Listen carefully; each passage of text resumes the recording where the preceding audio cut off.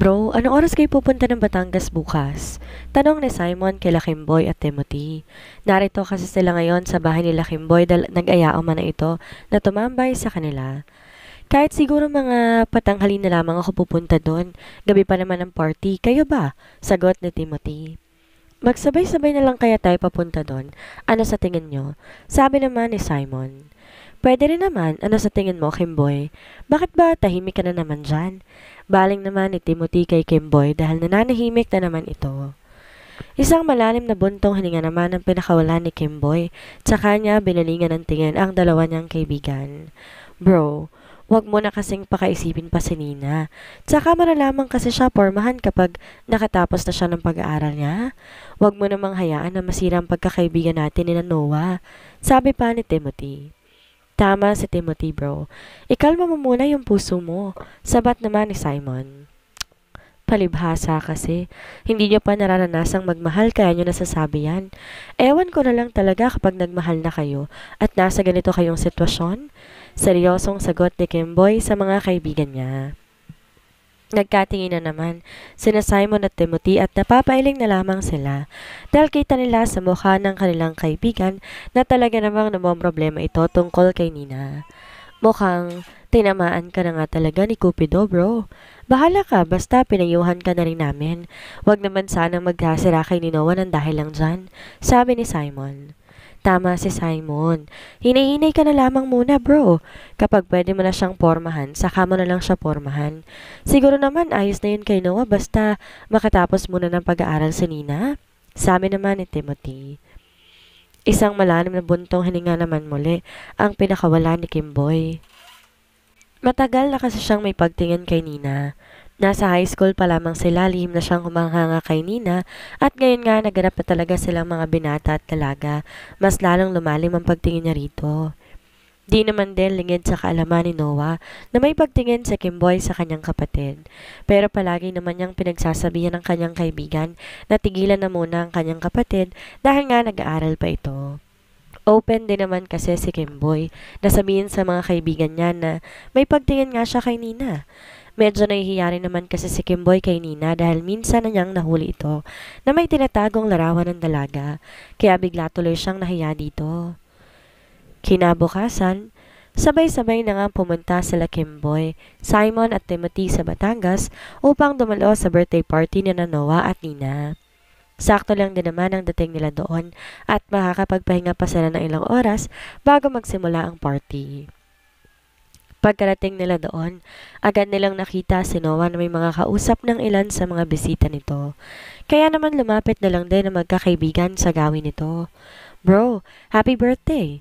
Bati ni Simon kay Noah. Napalingon naman si Noah sa gawin na nagsalita at napangiti na lamang siya na makita niya ang mga kaibigan niya. Salamat, akala ko di na kayo pupunta eh. Sagot ni Noah saka siya nakipag-bro hug sa mga ito. Pwede ba naman yun? Hindi yata maaaring wala kami rito dahil kami ang matatalik mong mga kaibigan. Sagot ni Timothy. Naiiling na lamang si Noah. Sa kanya inaya na muna ang mga to sa kanyang silid para makapagpahinga na muna ang mga to dahil maaga pa naman at maya-maya pa mag-uumpisa ang party. Oh, bakit tahimik ka na naman yata? Ang isang yan? Tanong ni Noah na mapansin niya na wala na namang imik si Kimboy. Para ka namang bago lagi eh.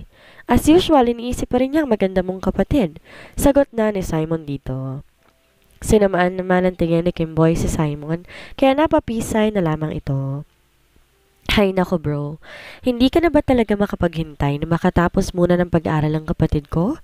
Sabi ni Noah kay Kimboy. Seryoso namang tinitigan ni Kimboy si Noah. Seryoso ko sa kapatid mo, Noah? Sagot ni Kimboy. Tumangutang mo naman si Noah dito. Kung gayon, sige, bahala ka. Pero ito lang masasabi ko sa'yo, good luck kung mapasagot mo ang kapatid ko na yon. At isa pa, tingnan natin kung makakapasa ka kina mommy at daddy. Alam mo naman, prinsesa namin yan si Nina at ayaw naming nasasaktan yan. Sagot ni Noah dito. Maiwan ko na muna kayo rito ha. Magpahinga muna kayo dyan at kailangan ko lang harapin ang iba pa naming bisita. Pagpapaalam na ni Noah at saka ito tuluyang lumabas ng naturang silid. Naiwan at tigagal si Kimboy at hindi makapaniwala sa sinabi ni Noah ni hindi na nga siya nakapagsalita hanggang sa tuluyan na ngang lumabas ng silid na yon ang kanyang kaibigan. Bro, narinig niyo ba yon? Mukhang payag na si Noah niligawan ko ang kakambal niya. Nakangiti pang sabi ni Kimboy sa dalawa pa nilang kaibigan. Oo, narinig namin. Congrats kung ganon, pero good luck na rin. Dahil alam naman natin na pihikan si Nina sa lalaki. Sagot ni Simon dito. Ako nang bahala sa bagay na yon. Ang importante ngayon, approve na kay Noah ang ligawan kong kapatid niya. Sagot ni Kimboy at bigla tuloy nabuhay ang dugo niya dahil sa sinabi ni Noah sa kanya. Natatawa naman na naiiling sina Simon at Timothy dahil kita nila ang ningning sa mata ni Kimboy dahil sa sinabi ni Noah dito. Ibang klase talaga ang ngiti mo, bro. Kapag in love ka at pinayagan ka ng manligaw ng kapatid. Pero baka nakakalimutan mo rin na dapat approve ka rin kina tito at tita para tuluyan mo ng maligawan si Nina. Sagot naman ni Timothy. Oo, alam ko naman yan eh. Basta ako na lang bahala tungkol sa mga bagay na yan. Alam ko mapapasagot ko si Nina at magiging girlfriend ko rin siya. Sagot ni Kimboy sa kanyang mga kaibigan. Nagkatinginan na lamang sina Simon at Timothy at napapailing na lamang sila dahil sa kanilang kaibigan na kitang-kita sa mga mata nito ang determinasyon na mapasagot si Nina. Hindi naman nagtagal at nagsimula na rin ang party ni Noah at Nina. Si Noah na lang muna ang naging escort ni Nina sa simula ng kanilang party. Lahat naman napapangiti na makita nilang kambal dahil para mga prinsesa at prinsipe talaga ang mga ito. Dahil talaga namang napakagwapo ni Noah habang si Nina naman napakaganda rin at litaw na litaw ang kaseksihan nito dahil sa suot nitong gown. Bro, tiko mo bibig mo baka may pumasok na langaw. Pagbibiro ni Simon kay Kimboy dahil napanganga na lamang ito nang lumabas din na Nina. Napakamot naman ang ulo niya si Kimboy at agad na tinikom ang bibig. Natulala na lamang kasi siya na makita niya si Nina. Ang ganda talaga niya, bro. Sambit ni Kimboy. Maganda naman talaga si Nina. In love ka lang talaga. Sagot naman ni Timothy. Inuna na muna nilang iselebra ang kaarawan ni Noah at Nina na magkasama at maya-maya isisimulan naman nila ang kotilyon para sa debut party ni Nina. Saglit namang umalis muna doon sa Nina upang magpalit ng kanyang damit. Tahimik naman na naghihintay ang mga kaibigan ni Noah sa muling paglabas sa Nina nang biglang lumapit si Noah at tinapik si Kimboy sa balikat. Bro, happy birthday ulit? Bati ng mga kaibigan ni Noah sa kanya. Salamat. Sagot naman ni Noah sa mga ito at sa kanya binalingan ng tingin si Kimboy. In love ka na naman sa kapatid ko, natatawang sabi ni Noah kay Kimboy. Natawa na naman sila Simon at Timothy dahil bigla yatang nahiya si Kimboy at hindi nakapagsalita. Pwede bang humingi ng favor sa'yo, bro?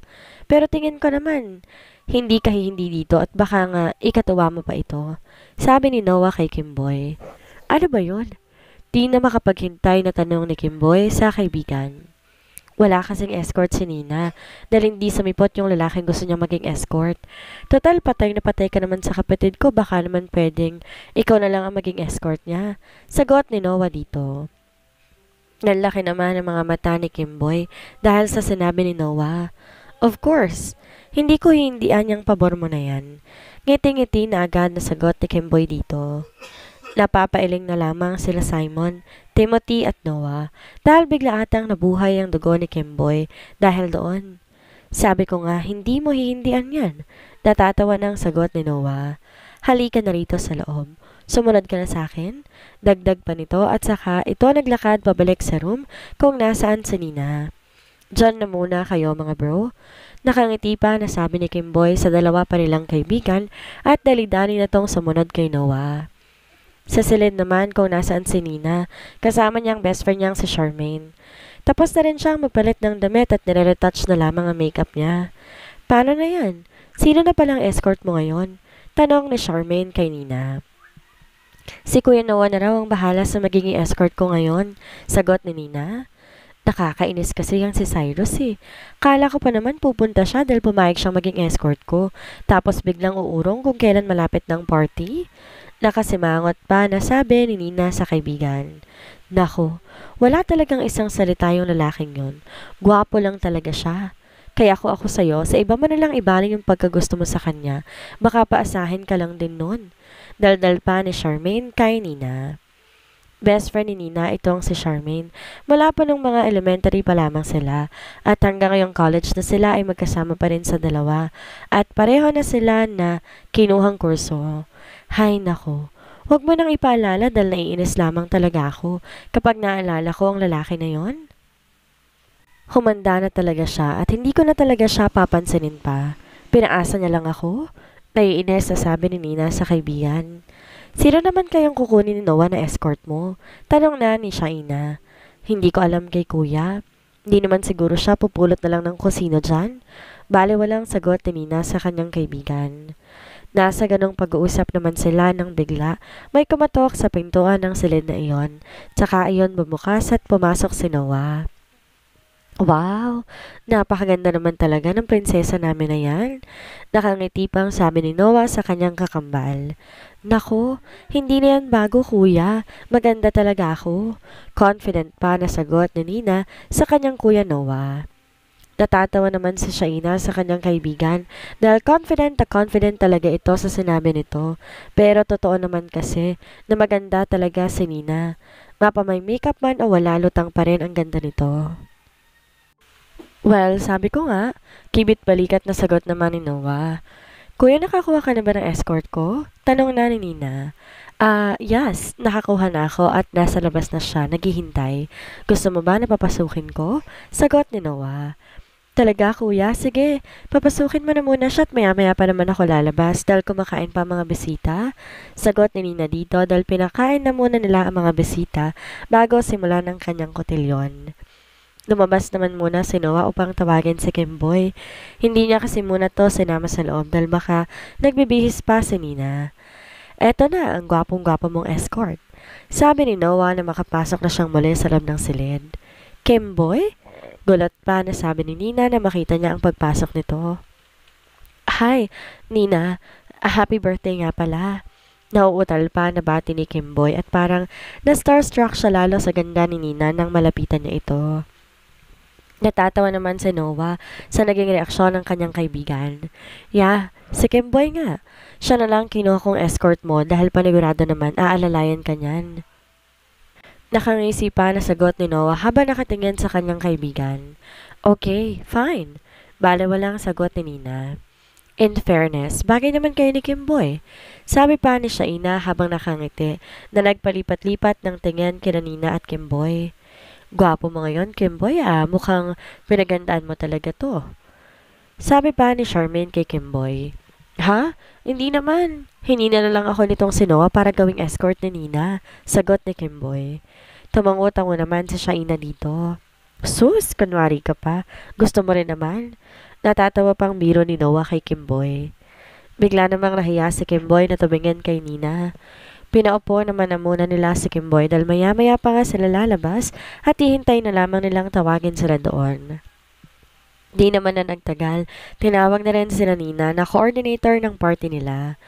Agad namang inalalayan ni Kimboy si Nina sa paglabas nito, tsaka nito hinawakan sa kamay si Nina at nilagay sa braso niya ang mga ito.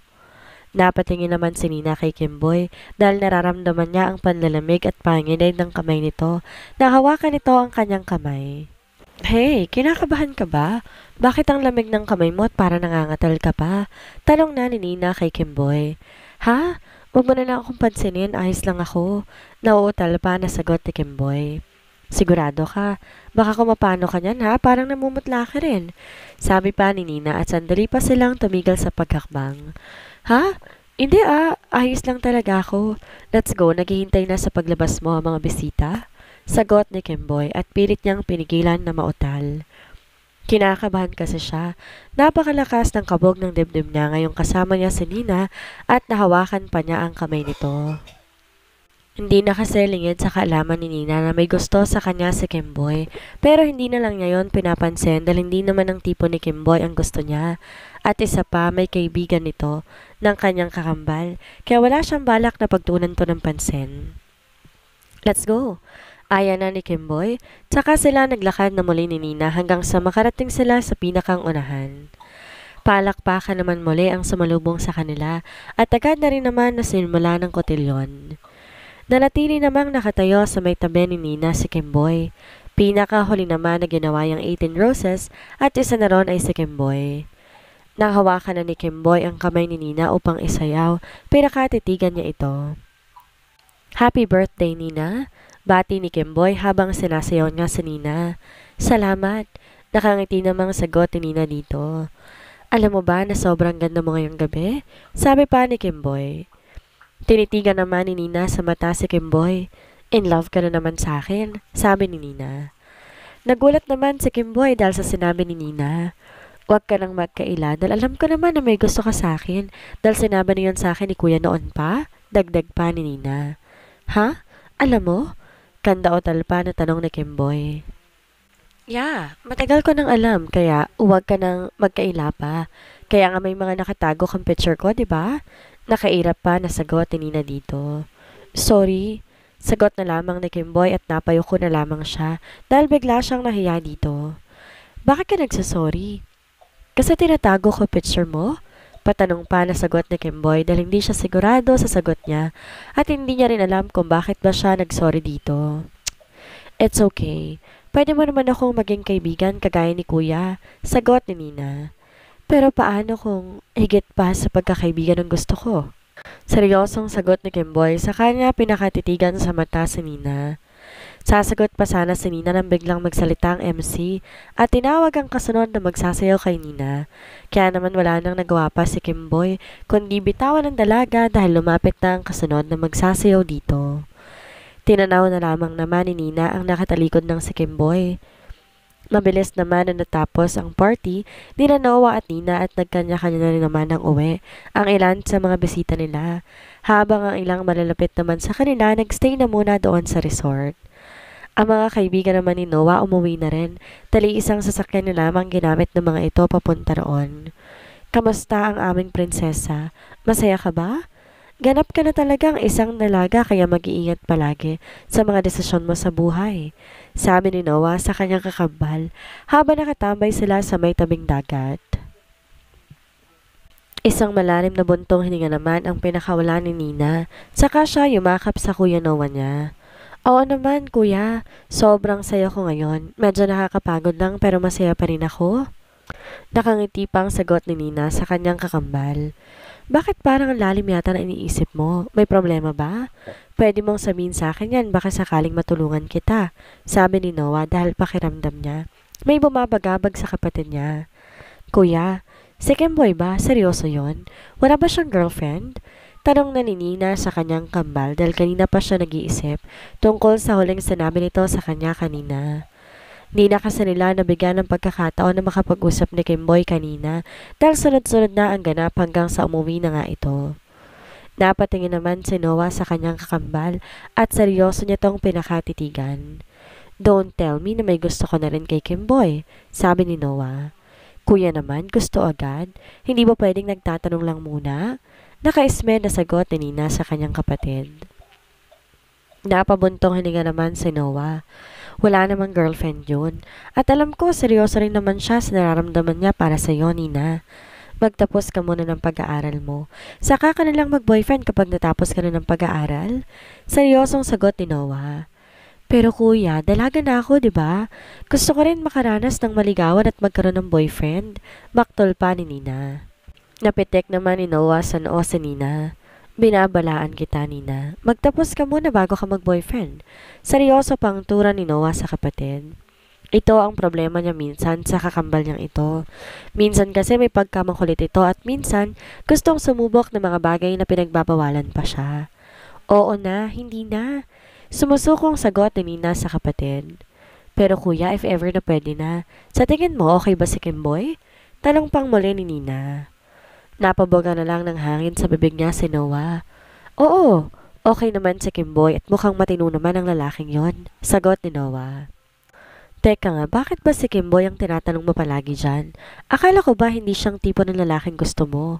Nagtataka ng tanong ni Noah sa kapatid. Ha? Wala lang. Natanong ko lang naman. Di na makatingin sa kanyang kapatid na sagot ni Nina. Kanina kasi nang pumasok to sa kanyang silid at sabihin ng kanyang kuya Noah na si Kimboy ang magiging escort niya, di niya maintindihan ang kabog ng dibdib niya dahil bigla yung bumilis pagkakita niya kay Kimboy. At kanina nang isayaw siya nito at sabihin nito sa kanya na gusto nito na higit pa sa pagkakaibigan, parang bigla siyang kinilig at pakiramdam niya. Nagrigo doon lalo sa lakas ang kabog ng dibdib niya dahil doon. Pagkatapos ng party ng kambal, balik na muli sa dati ang kanilang daily routine. Aral at bahay lamang kasi talaga ang kambal at madalang talagang maglalabas sa mga to sa kanilang bahay kapag walang pasok. Si Noah naman kung lalabas ay nasa bahay lang din ng mga kaibigan niya. Samantalang si Nina naman pinapapunta na lamang ang kanyang kaibigan sa kanilang bahay dahil nga hindi to sanay maglalabas sa kanila. Bro, nasan si Nina? Hindi ko ata siya nakikita. Tanong na ni Kimboy kay Noah dahil nakarang araw pa niya hindi nakikita ang dalaga.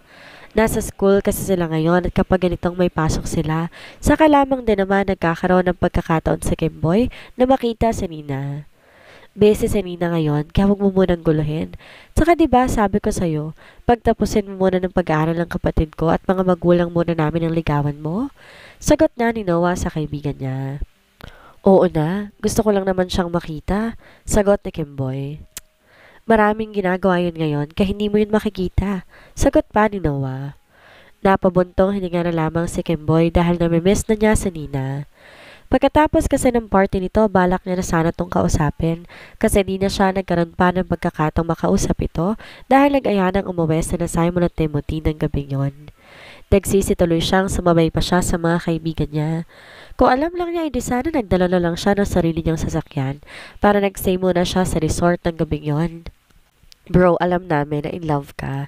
Pero wag mo naman munang pakaisipin si Nina dahil marami pa tayong dapat natapusin ng mga projects. Sabi ni Simon kay Kimboy. Oo na, ito na nga kikilos na. Sagot ni Kimboy, tsaka tinulungan ng kanyang mga kaibigan sa ginagawa nilang project. Matapos silang gumawa ng project ng araw na yon, nauna nang umuwi sina Simon at Timothy. Sinadya naman ni Kimboy na magpaiwan para makausap niya si Noah ng maayos. Hindi ka pa ba uuwi? Tanong ni Noah kay Kimboy na makita niyang nakatayo lamang ito sa may likuran niya. Bro, pasensya ka na ha, pero talagang mahal ko na si Nina. Pwede na ba ako maligaw sa kanya? Pangako, hindi ko sasaktan o lolokohin si Nina. Diretsahang sabi ni Kimboy kay Noah. Nagulat naman si Noah sa sinabi ng kanyang kaibigan. Wow, seryoso ka na ba talaga dyan? Natatawa na sabi ni Noah dito pero bigla rin siyang napaseryoso ng mukha na mapansin niyang seryosong nakatingin sa kanya si Kenneth. Noah, seryoso ako. Ano ba ang kailangan kong gawin para payagan mo na ako manligaw sa kapatid mo?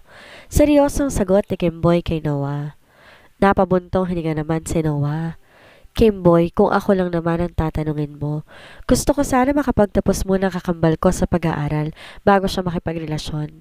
Pero ikaw, kung talagang porsigido ka na talaga, pwede mo namang kausapan sila mommy at daddy at magpaalam ka sa kanila tungkol sa balak mo yan na panliligaw kay Nina. Seryoso din namang sagot ni Noah sa kanyang kaibigan. Tumangu-tango naman si Kimboy at sandaling nag-isip. Sige, sa Sabado, pupunta ako sa inyo upang magpaalam sa mga magulang nyo, sagot ni Kimboy. Tinapik-tapik naman ni Noah ang balikat ni Kimboy. Good luck, bro, sagot ni Noah at saka siya tuluyang umalis sa kanilang classroom. Pagka-uwi naman ni Noah sa kanilang mansyon, nadatnan naman niya ang kanyang mga magulang at mga kapatid na magsisimula ng kumain ng hapunan. Sorry I'm late, masyado po kasing traffic at maraming ginawa sa school, sabi ni Noah. Tayong pagtango lamang naman na naging sagot ang kanyang mga magulang at sinanyasan siyang maupo na.